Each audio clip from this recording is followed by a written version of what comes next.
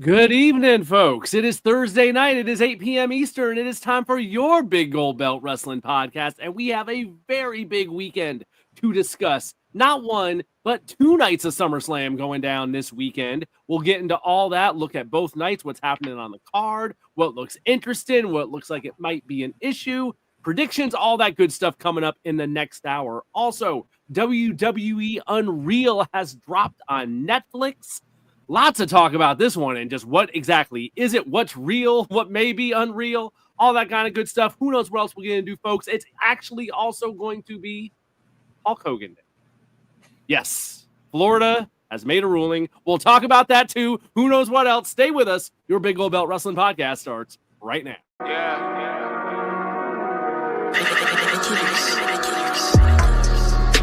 Gold Belt, Big Gold Belt, Big Gold Belt.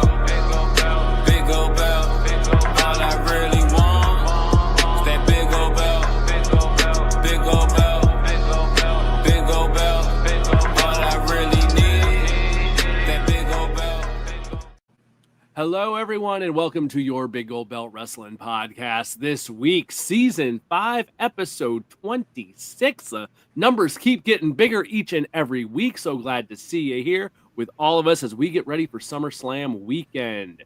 I am Will, right here in the center of your screen. To my left is Silly Celis. To my right, the Giant Crab. I missed y'all guys last week. Hope everything is going well with the both of you. Yeah. Good here, and good to hear that you're doing good as well. There we go. We got a big weekend ahead of us. We got a lot to cover tonight. So I say let's just get right into it because Lord knows there is a big weekend ahead. Oh, Cupcake is already here. Shout out to always. Cupcake. I love the consistency. Can always count on Cupcake showing up each and every week. She had some good bits last week, too. Good bits last week from Cupcake. She was awesome. There we go. So Cupcake, glad to have you here with us as always, and everyone else out there. Whether you're on X, YouTube, over on Twitch, wherever you're watching with us tonight, we got lots of wrestling to talk about. 2 nights of SummerSlam happening this weekend at MetLife Field up in East Rutherford, New Jersey. Our first 2-night SummerSlam. Before we even get into the card, I'm kind of thinking, I really don't know how I feel about 2 nights of SummerSlam now that it's here. I remember when this was first announced, we were kind of like, this is the beginning. They're probably going to do 2 nights of Royal Rumble. We've already had 2 nights of WrestleMania for a while, but this is the first non-WrestleMania to get the 2-night treatment. So before we even get into the show, Celis, how are you feeling about this? Do we need 2 nights of SummerSlam? Actually, and I think here's the timing of it. If you do 2 nights of SummerSlam, this is the best weekend to do it. Of course, we have our Hall of Fame game as football is getting back tonight. However, this weekend you have really no football game. Baseball hasn't turned yet going into their huge playoff run, which September is going to heat up for them. And of course, the WNBA is doing their thing. It is no NBA. But when you think about a spectacle that could say as a sporting event to come towards the end of the summer and before kids start going back to school, this is the best weekend to do it. So if WWE times this appropriately and the match feel is good, it's not going to be as high as a WrestleMania, but a good summer, like a two-day spectacle that you can do.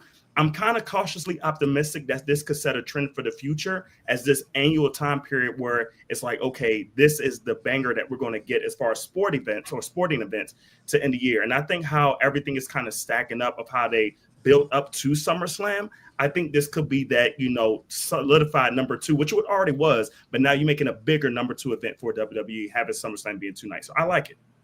Okay, Crab, now that we're here, the matches have been made, we'll be breaking all that down a bit.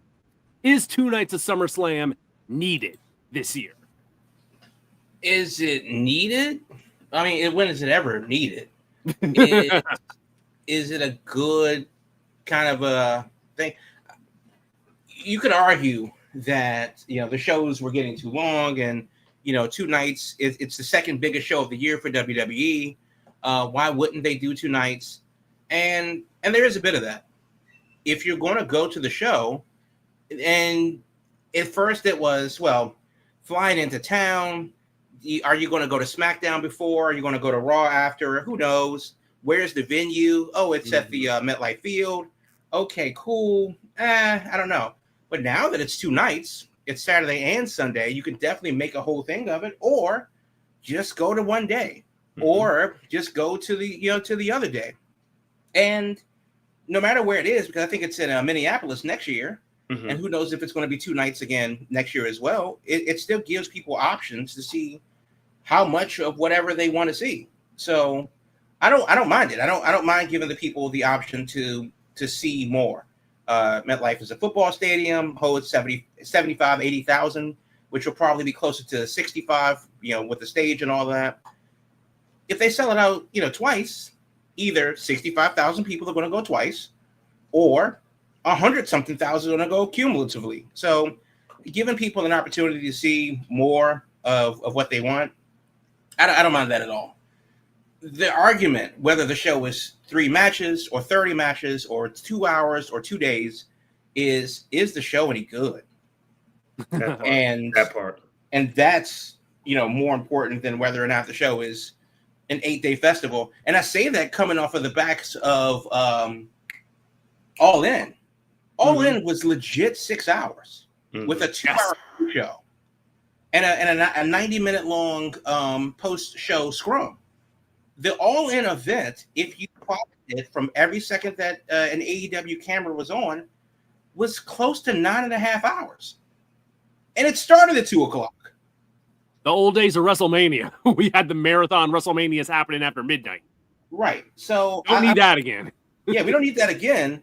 But also what nobody's complaining about, considering how long the show was how much it dragged or how bad it was or whatever. You can say whatever about AEW. You can say a lot about it. But All In was a goddamn good show. And then when you do the math on it, it was still 6 hours. So you had to devote your day to it. Yeah, like literally. Yeah. And it started at 2 o'clock. And people thought that, it started at 2 o'clock. They're just kowtowing to WWE and the UFC. They're just running scared, trying to pick a day. And well, maybe that was the case. But they still put on arguably their greatest pay-per-view, arguably their greatest event ever. Is goddamn good show. And it was still 6 hours. So 2 nights of SummerSlam I think is less important than it being just a good damn show. So we'll see. All right. So let's get into the nitty gritty. We got 2 nights here. We'll work through each night. We'll run down the card. Currently, we have 6 matches on each night. That's a total of 12 matches spread across 2 nights. We're looking at, it looks like a 6 o'clock start time. So my guess is they're probably going to run from 6 to 10. So we're probably looking at 4 hours each night, I'm guessing. Let's start with night 1. So Saturday night, here is where things stand right now in case anything changes on SmackDown tomorrow evening. Oh, let me work Cupcake in real quick. Cupcake says it's a bit much having 2 nights of SummerSlam. I'm at the point where my thinking is I'm reserving judgment till I see how this card, how both of these cards shake out.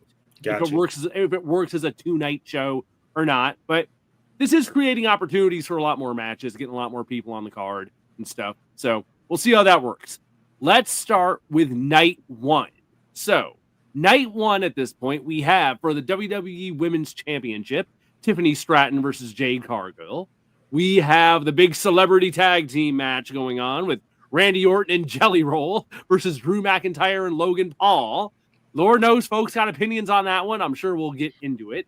We have for the World Heavyweight Championship, Gunther versus CM Punk. We have the women's tag titles being defended on Saturday, the Judgment Day. Raquel Rodriguez and Roxanne Perez versus Charlotte Flair and Alexa Bliss. We have another tag match with Roman Reigns and Jey Uso versus Braun Breaker and Bronson Reed. And last but not least, a singles match with Sami Zayn versus Karrion Kross. Now, looking at these 6 matches, what kind of jumps out at me is, I don't know, there's like 2 matches there that I'm like, probably either one of them could be the main event. I'm kind of thinking they'll probably go with Roman Reigns, but then I'm like, Gunther and CM Punk, and Lord knows we've been talking about if they do some Seth Rollins shenanigans, you might want to end the show with that. So I guess first thing, what do you think closes night 1? Celis, you first. So I'm looking at it as you were reading it, and I think you have to go the tag team match between Roman Reigns and Jey Uso and Braun Breaker and Bronson Reed. I think that's the automatic you go to. I just don't know if we see any teasing of Seth Rollins being involved in this match somehow.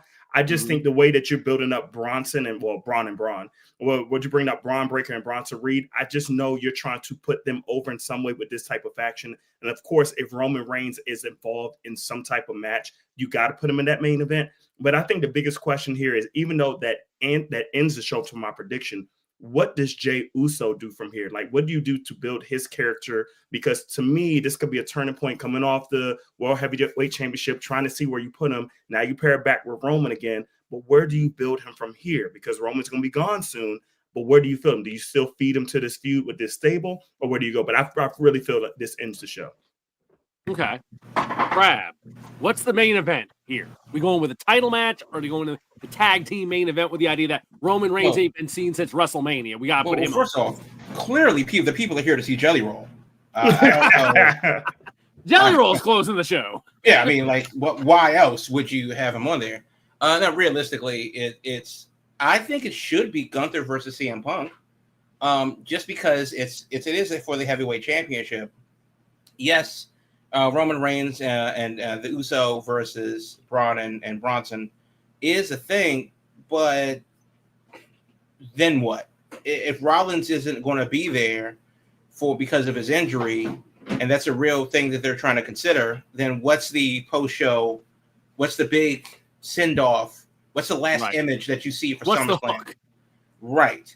And I think that with maybe a Drew McIntyre interfering in the CM Punk match. Maybe you have, Gunther and his minions interfering in that match.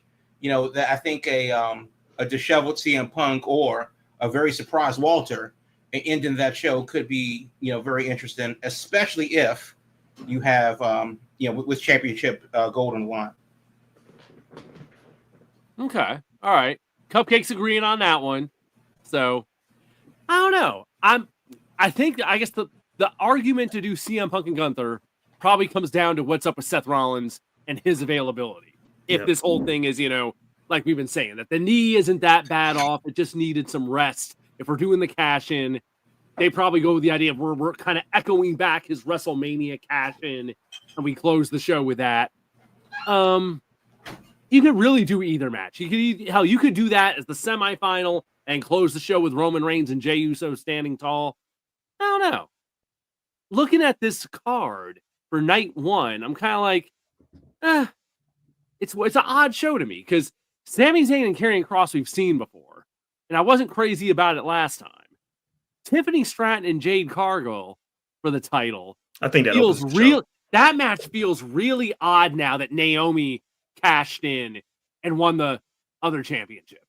It was no build. That match is Before we figured Naomi would be like hovering around that thing, and now it's kind of like that match is happening, and it's like, okay, what's up with Naomi? Naomi's got her own belt, so I don't know. Maybe she still crashes the party with that or something. I don't know. But I mean, she has a match the next night, so I don't know. I think Bianca could go in that match too. Like you could sprinkle her in, and that way it could be a way where Bianca turns heel in a way in this match if you kind of book it appropriately. And that's why I think it opens the match, because I think, like you said, they need to do something to bring interest to it. Because if you put it second, I think it's going to be very quiet for whatever opens the show. But if you bring the opening of the show, it's like, okay, what may happen this match where something could be anticipatory about what could take place. And that's why I think you throw Bianca in there. Even though she's been on Raw, let's switch her to SmackDown. Okay, yeah. And Bianca seems like she's probably close to return, and there's been some rumblings of that. So, yeah, Bianca appearing in the Tiffany Jade match, that probably makes sense there. And then who knows? We might have some surprises thrown in there. We know how they like to do things with some sprinkling some stuff, and it's the first night they're going to want to get people talking with night two happening and everything. So I don't know. Night one, I'm looking at that. Overall, my feeling is just kind of okay. I'm not wowed by night one at the moment. Maybe it'll surprise me. I don't know. Any other thoughts on night one before we move to night two? But isn't that kind of the thing? I mean, it's night one. So does it have to wow? Does it have to be surprising? Because realistically, let's say that it was just a one-night show and they had 12 matches. Yeah, sure, you have a couple of key bullet points here. But if it were a one-night show, we would be saying, okay, which one of these matches should be booted to SmackDown? Which one of these matches should have been on the pre-show? which and so on and so forth. But now that you have everything on its own show, I think the biggest thing about the 2-night experience is the fact that they get time. Mm-hmm. If this is a 1-show 12-match affair, then who's going to get 20 minutes, if that? Right. And but now that you have exactly, now that you have 6 matches apiece, and they can kind of space it out a little bit. Now there's time, and then it's in a football stadium. They're doing the 2-night thing. It's SummerSlam. It's the second largest show of the year. That affords more time for the entrances and all the other stuff too that they're going to do. And I think that this show runs over 4 hours, which is why they're starting a little bit early. Okay. I think that they're going to put a little bit more, heft into it and make it kind of a bigger affair with the whole presentation. I'm not going to say it's going to be on the WrestleMania level, but I would be surprised. They're not like building a WrestleMania style set or anything like that, but they do have to prepare the stadium. But I do think that it will be a little bit grander than a normal arena show.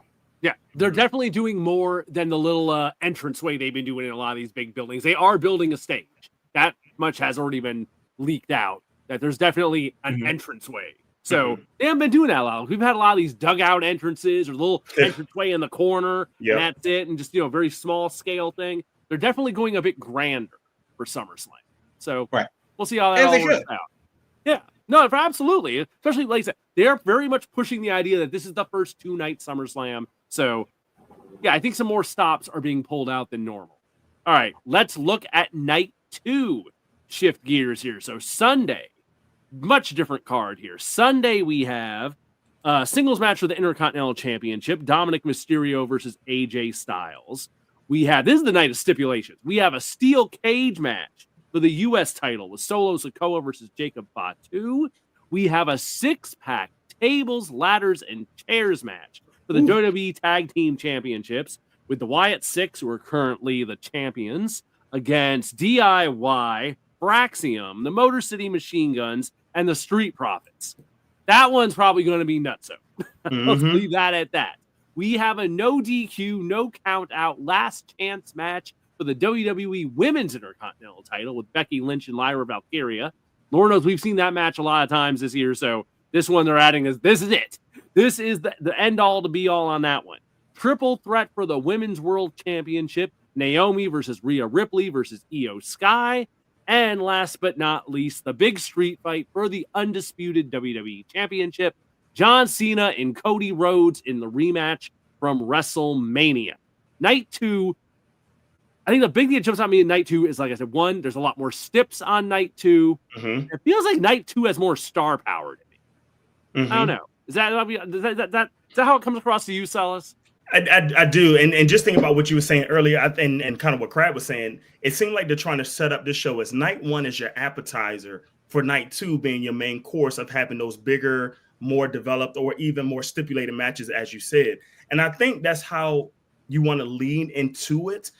Because once again, you want to build up what you're trying to do. Like tell a story with your card. Like we want to get better. But Sunday is going to be that ultimate main event where, of course, we all assume that John Cena and Cody Rhodes will be that main event for that match. But let's lead up to have all these matches get better and better and better as the whole weekend goes.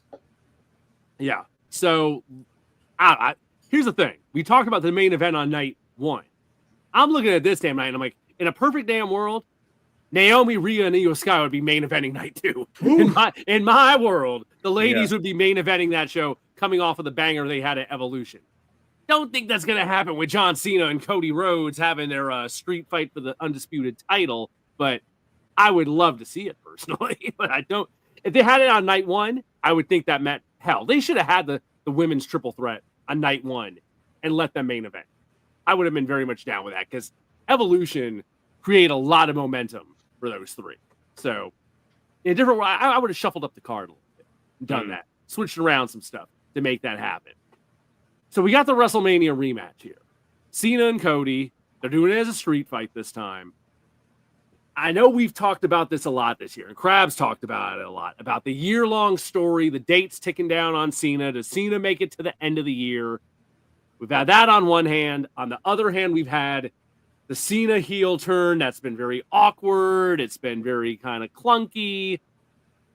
I guess my thinking here is, do you think they change course here? Does something change here at SummerSlam, being they're doing the rematch already? They're not saving Cody to the end to December. Do you think we get a change of course here with John Cena at SummerSlam? Why not a double turn? That's exactly what I was going to say. Ooh. Exactly what I was going to say. A double turn here. Let's hear it. Go ahead with it then. So I would say this is the perfect way, because in a way you kind of saw a tease when Cody was on SmackDown, right? Just having that little more aggression about what he was trying to do to Cena. But I can see a story being told where literally they're doing that fight, they're doing the stipulation, street fight, and things of that nature. But then you see slowly the nightmare coming out of Cody, where he's just going to turn and then do those heelish-like moves. And then it comes where Cena just, I don't know, comes to a revelation of, okay, maybe I'm tired of this. Let me be who I am. And you see that double switch going at the same time. Cena does retain, but then Cena finishes out the latter part of the year, September through whenever he's done, as the face champion before somebody, he passes the torch to somebody for whatever needs to happen next. But I see a double switch happening here. That's exactly what I see. So a double switch, but not a title change. Nope. Is what you're thinking. Yeah. Crab, what do you think about that? I think, again, and I've said this all year, Cena carries the belt with him until he's done. He either retires the belt or he loses it to unify the belt. I still think that those two things are very possible. More than likely, he retires with the belt.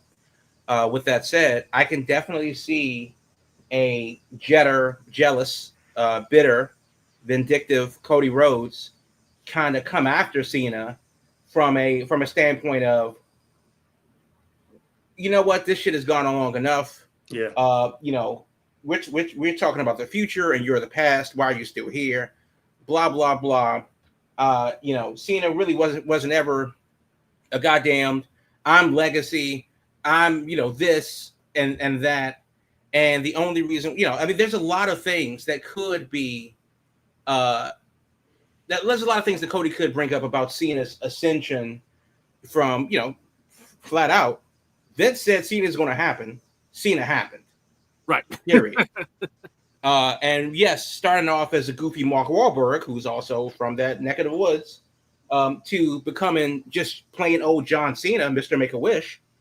You could argue that Cody, could have been that guy as well, and had a hell of a bumpier road to go, and no pun intended, but a hell of a bumpier road to go with it. And then now you have Cena being handled everything, including a literal year-long retirement one. For what? Like, what did he do? What has he invented?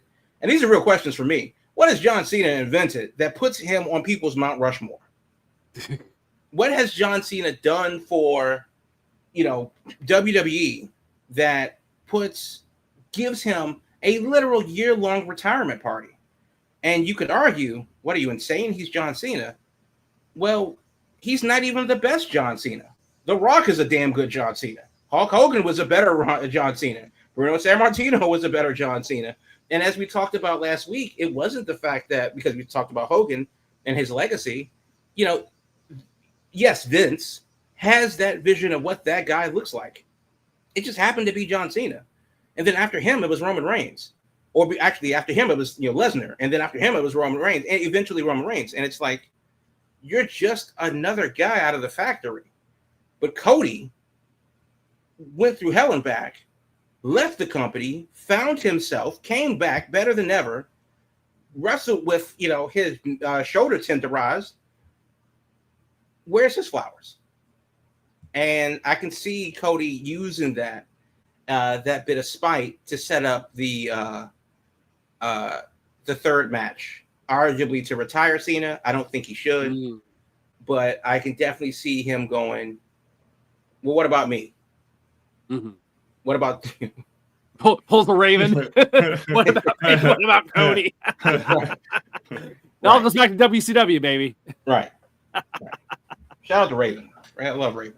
But I think that's a very good thing that can happen, because realistically, what does Cena do now? And that's kind of where the question about his this run that he's been on is, well, where does he go from here? It's August 1st tomorrow, Hulk Hogan Day. And you have all of August, all of September, all of October, all of November. That is 4.5, 5-ish months before he leaves WWE, a couple weeks before Christmas. What does he do for the next 4 months plus? SummerSlam is here. Survivor Series is coming. What does Cena do? I think one of the things that you could pull back, and one of the things he's done in the past, is the open challenge. John Cena could, and once again, he's not going to be on there every single week. So when he comes on, okay, guys, I want to see who's really going to try to take this from me. I have an open challenge. Maybe you bring out an NXT talent just to see, how they compete against Cena. Or maybe you have somebody, maybe Ron Killings again. Maybe try to bring somebody out again just to rehash those last matches that he hasn't before for that. So I just say bring an open challenge back just to see if he could do that maybe for a couple of months before you add any other stipulations. Just trying to make sure whatever match you want to see with Cena that hasn't had before, or whatever gimmick that you want to see that haven't had before, I think this is the time just to do it for the last appearances that he has. Right. So then, and I'm not disagreeing with that, because that's probably likely what they'll do. But we've already done that for 3 to 4 months already. Yep. Whether it's an open challenge or him playing his hits with his particular greatest hits of matches. Yep. So we've already kind of, and then to retread that I think would be counterproductive. And even though it doesn't answer necessarily the question of where does Cena go from here, he's not going to be there long enough to start a program with, because he's not working every show. He's only working the big ones. So somebody's going to have to start a program by themselves. Cena gets wind of it, challenges for the title, doesn't win, at the next pay-per-view or event.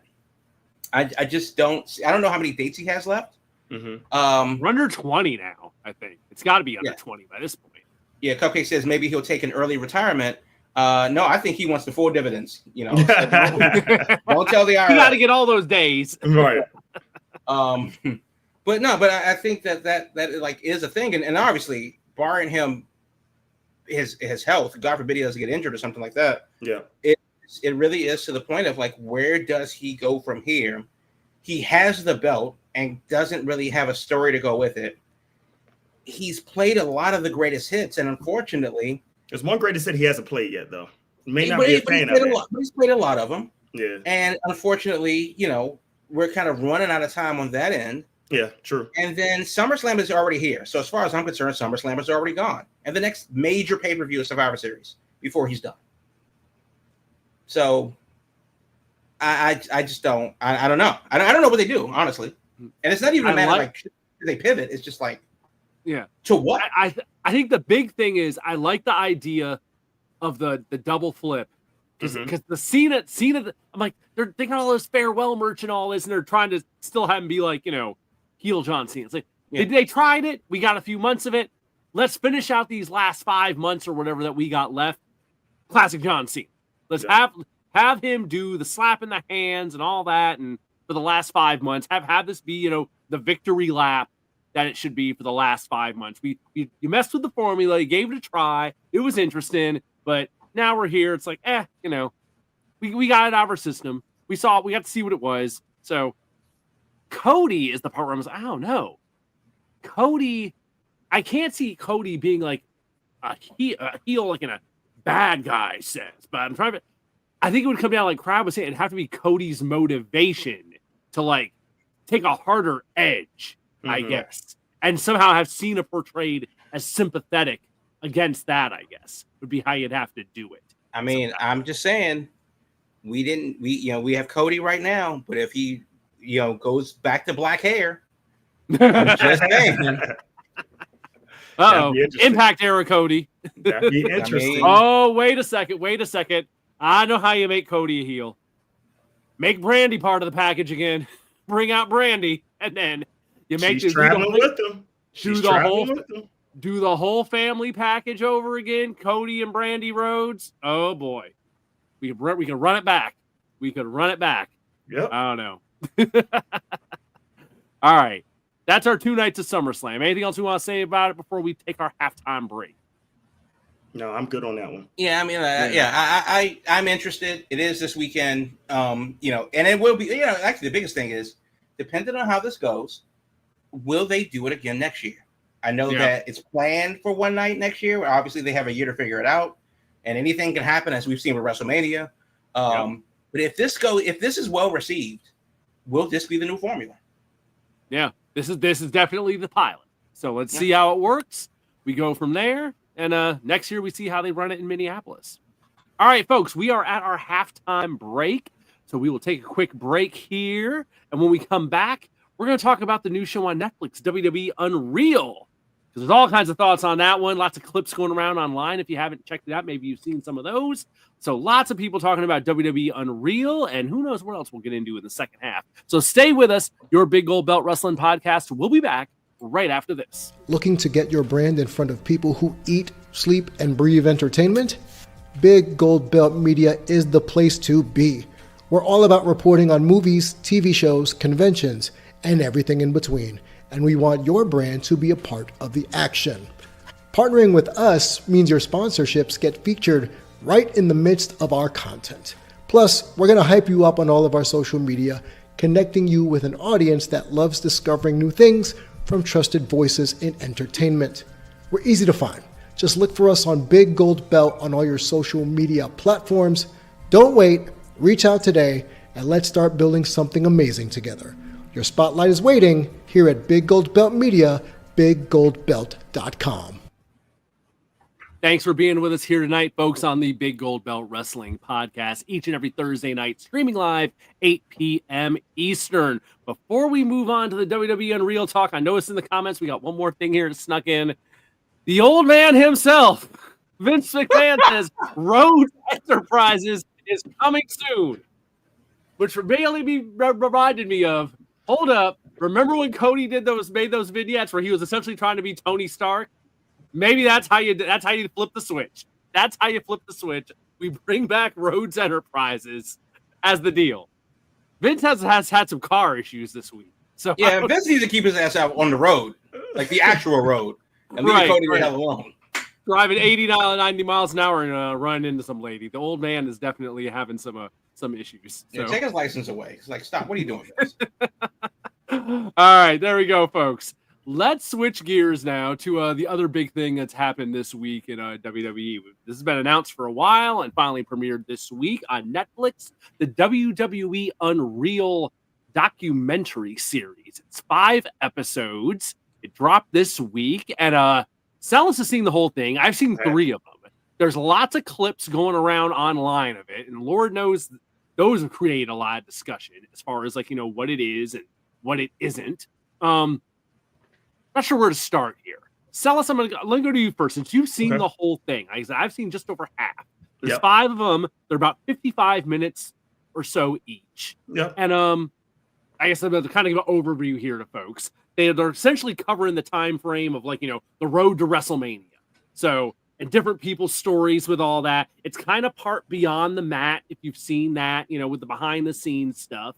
But for me personally, what I've seen so far in the 3 episodes I've seen, the more interesting stuff to me hasn't really been the behind the scenes, which they kind of really marketed it on with the idea of you're going to see in the writer's room and you're going to see Triple H and them figuring out the booking of WrestleMania.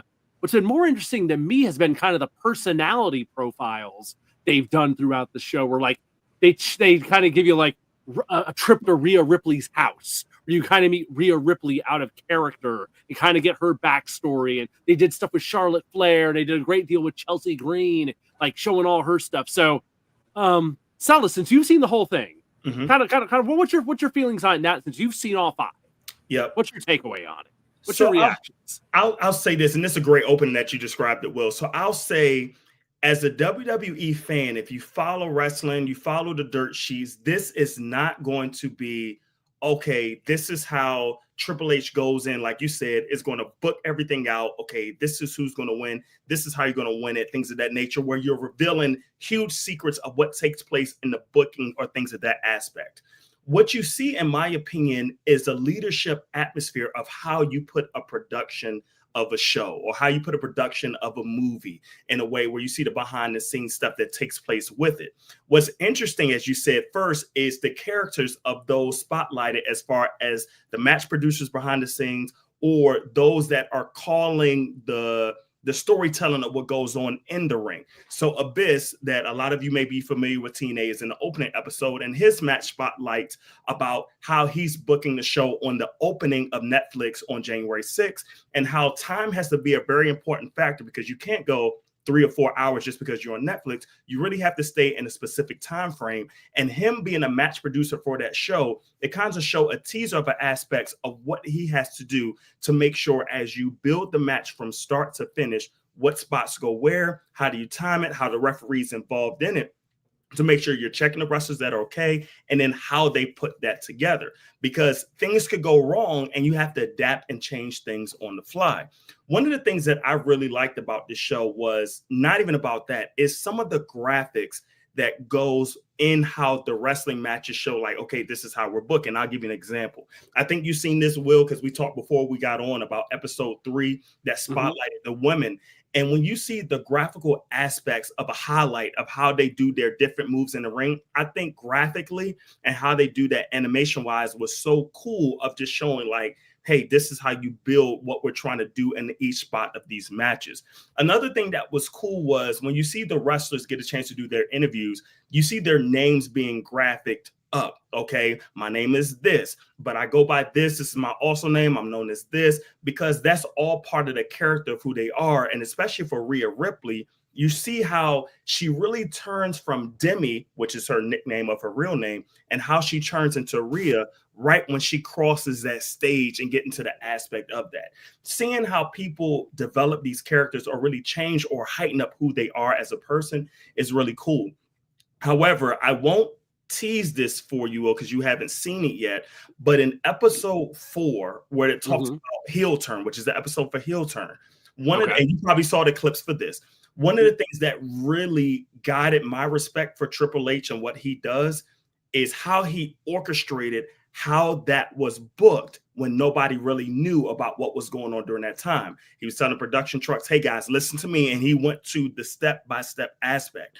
For me, for what I do in my real line of work, that kind of resonated with me, because that's what I do as far as the leadership in my real line of work, of how I want things to be together. And sometimes when you have a whole company or business on your back, how you gather or put things together for it. So once again, it's real. It's really interesting in some aspects. But once again, if you're thinking that you're about to really reveal back the curtain, it's not that, but it's just an interesting way of how you see the business work from a different point of view.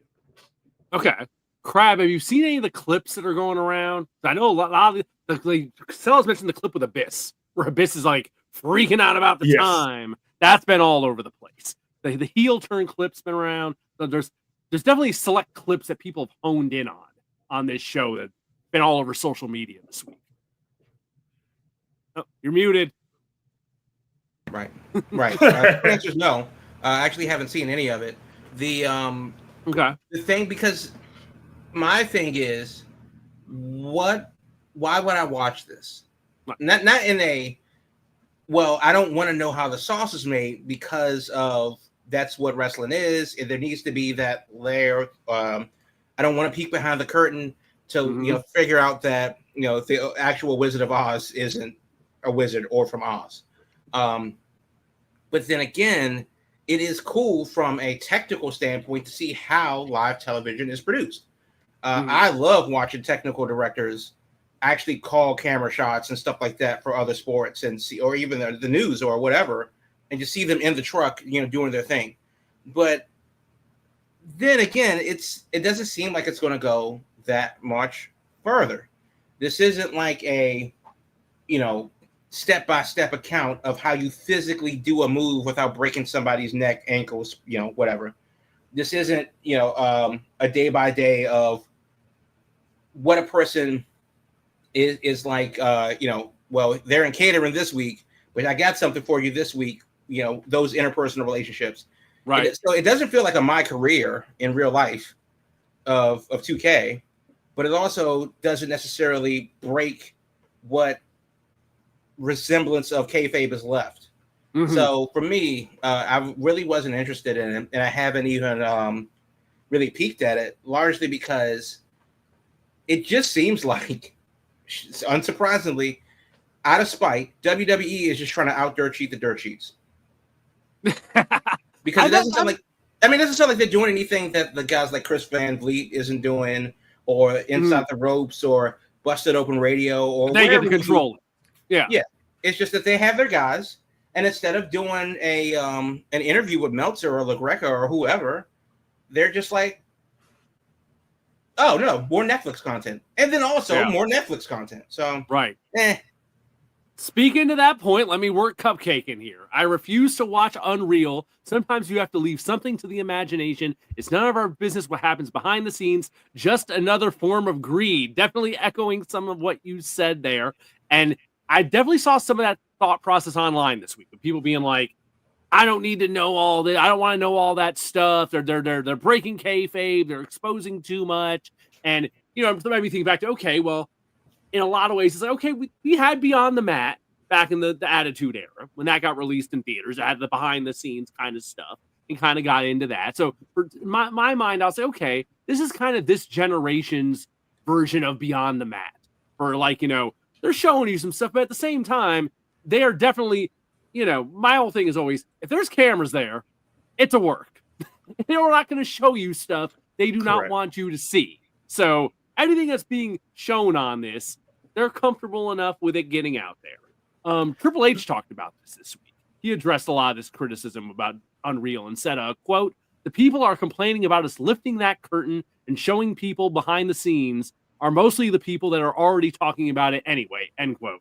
Which, yeah, I got his point. It's like the people who are seeing those clips online again, like, why are they showing all this? It's like, y'all the same ones on here 24/7 on the social media, going to Fightful, going to, you know, to all the different sites and want all the inside info. So this is just another darn form of that. So I don't know. It's a little A, a little B. Can I add to that real quick, Will, before you go? And I love what Cupcake, you put what she, you know, put back on there. Back up. Let me put it back up right here. I love what she said here, and I definitely understand from her point of view, but let me put a flip side to this. And maybe just, and I'm going to speak to me personally for a second. So when I was in college, I needed to take one class, and it was just a random class I had to take, and it was called Unarmed Stage Combat.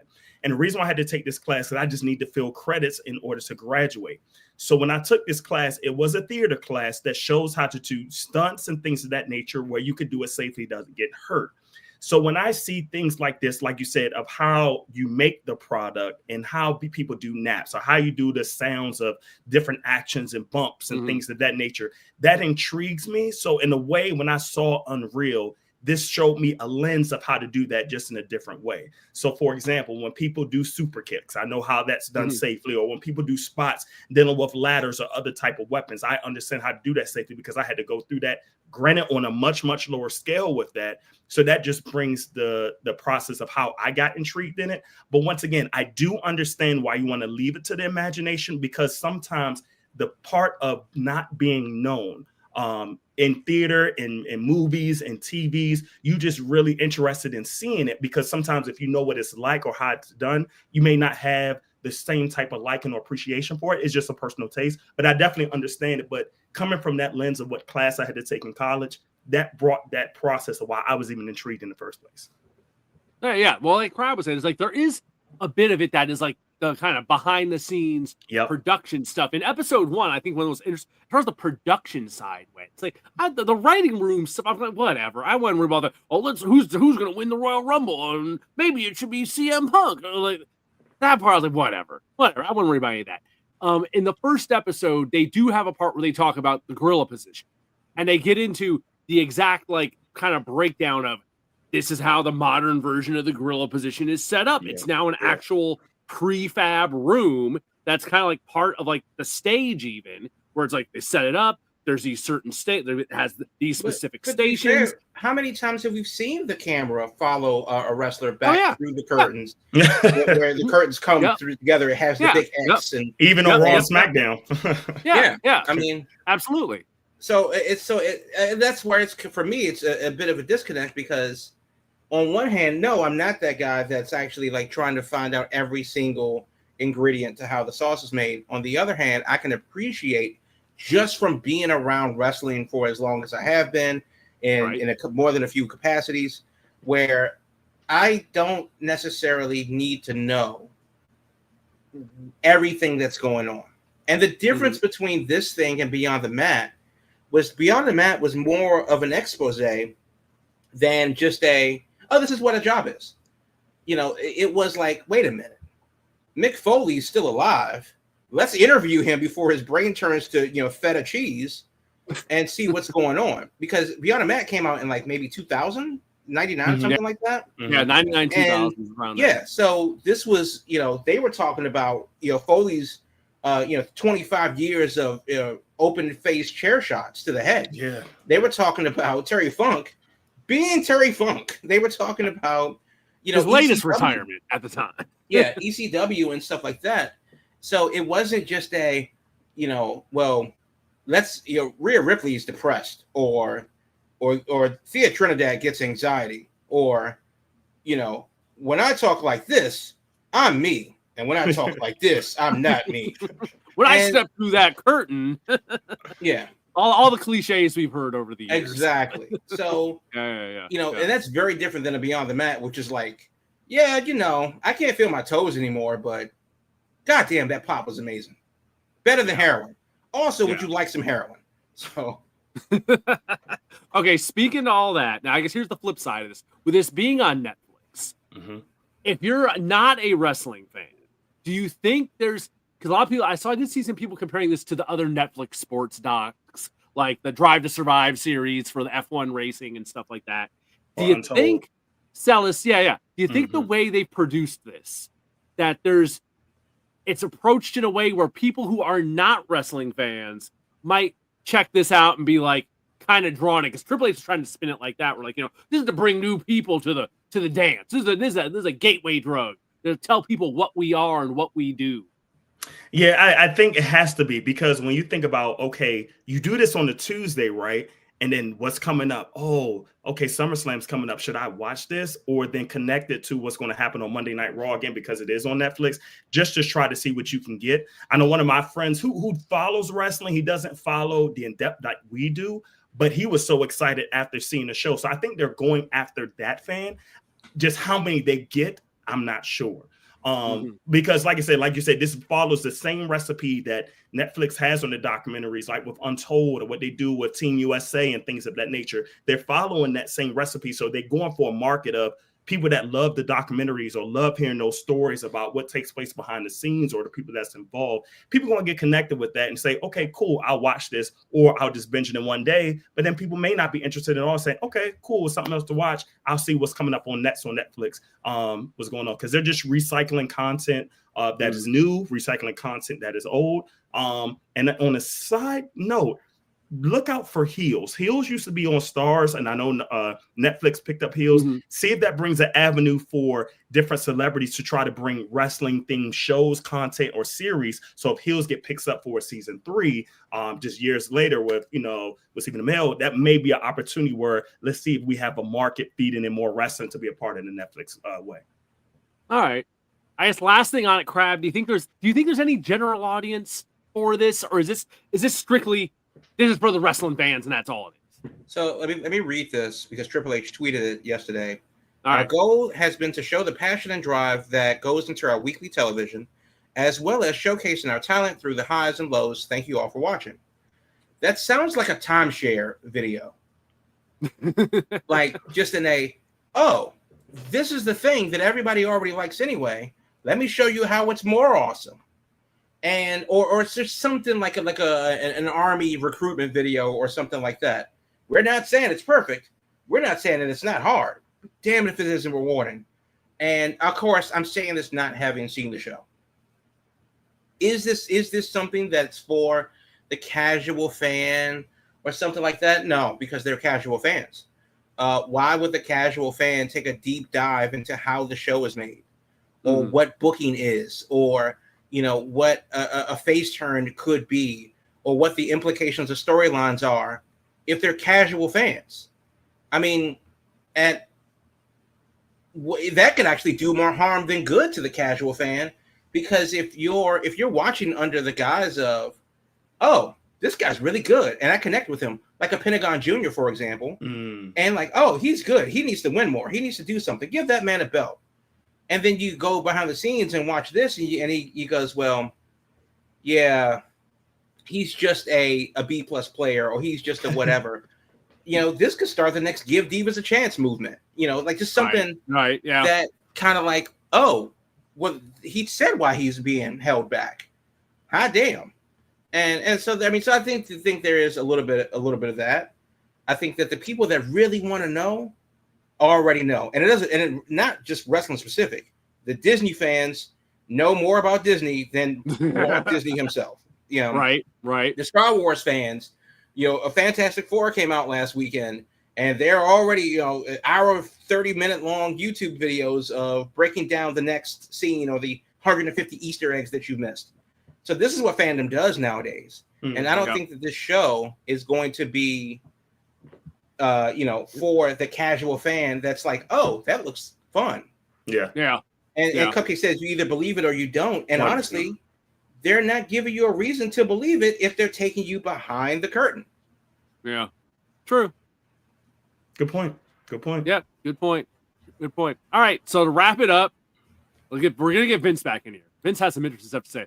Vince agrees the heels is very underrated. I'll agree on that. I enjoyed the 2 seasons. Loved it. And they ended it on a cliffhanger. So if it could get financed again, they left the door open on that. So I wouldn't mind seeing more of heels as far as like a dramatic, telling of indie wrestling. Loved it. This killed me. Imagine, if you will, this show during the Paul Heyman ECW days. The boys waiting to cash a check that will surely bounce. Sandman drunk as hell and RVD behind the scenes takes you to buy weed. Give me ECW Unreal. That might have to be on in late night hours or something. But it would certainly be interesting. To be fair, just watch Beyond the Mat. That's true. Yeah, we had New Jack in it. We had New Jack in Beyond the Mat. So they had their segment where they went to ECW and had like, the fans are kind of crazy up here. Man, maybe that's just because like we're just old, and I think that's what it is. Because it's not like Beyond the Mat is the end all, but that was like one of the first big wrestling exposés, and they covered like actual hard hitting stuff. It's very much that moment in time of the late 90s. Right, and they covered the time before that, which was the mid to late 90s. Especially involving ECW. But then we've all read the books, we've heard the exposés, we listened to the podcast already. And then now we went from, Vic Grimes. And if you know who Vic Grimes is, I don't need to say anything else, to, well, Montez and Bianca are married. What is their relationship going to be like when one gets sent to SmackDown? These are not the same things. These are not the same. This is what it's like being on the road with your spouse. Right. Like Cody has a bus, and he has his wife, his wife, his daughter, and that damn dog. Doing his podcast. These are not the same times. Where very true. Right. It's a different stratosphere as far as quality of life. Right. That is for sure. From the life of the typical indie wrestler ECW guy back in the day, trying to make it from town to town. Right. All right. Well, folks, if honestly, you haven't honestly, GCW Unreal would be interesting. Just indie wrestling in general. Indie wrestling in general. Gator, don't pick up the phone. Oh no.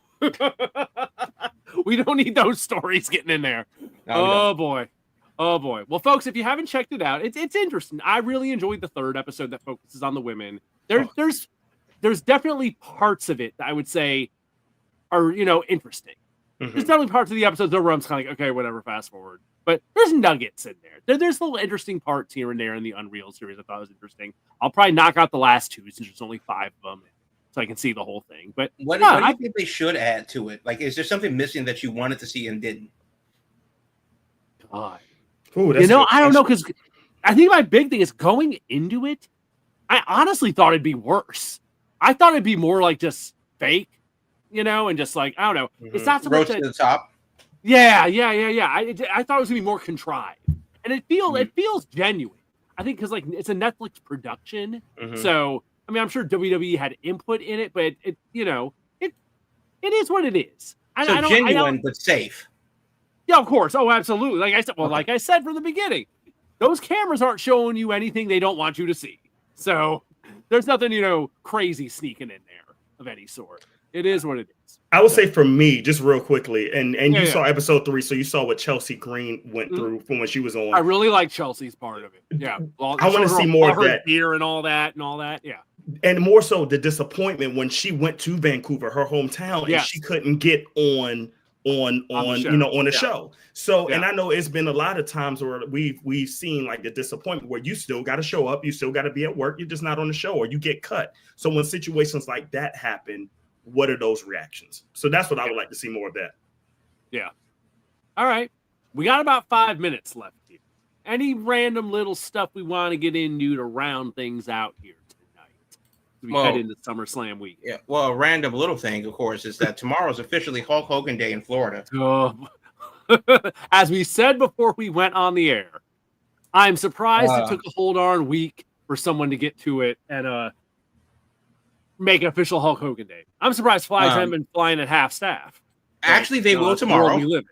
No, they will. They will in Florida. tomorrow. They will. Yes. Okay. Yeah. So in Florida, they will give us tomorrow. the details. Give us the details on Hogan Day in Florida. Yeah.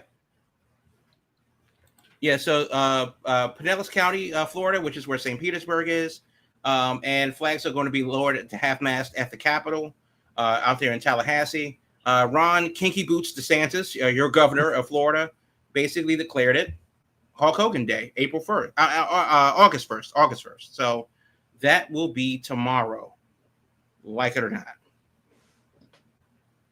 Yep. It is what it is. I don't know. I mean, it doesn't surprise me in the least bit, especially considering it's Florida. And how, I guess, in one way, you can look at it as like, well, he is a famous Floridian. So I get it. I don't know. It is what it is. I don't know.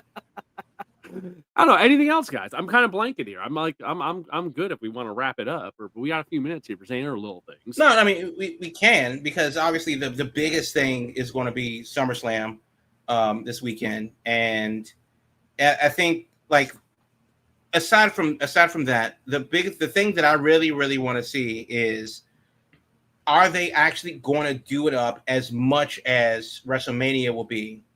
And how would that look going forward? Because I really am interested in going to Minneapolis next year for SummerSlam, especially if it's going to be 2 nights, especially if they're going to put more effort into the SummerSlam experience.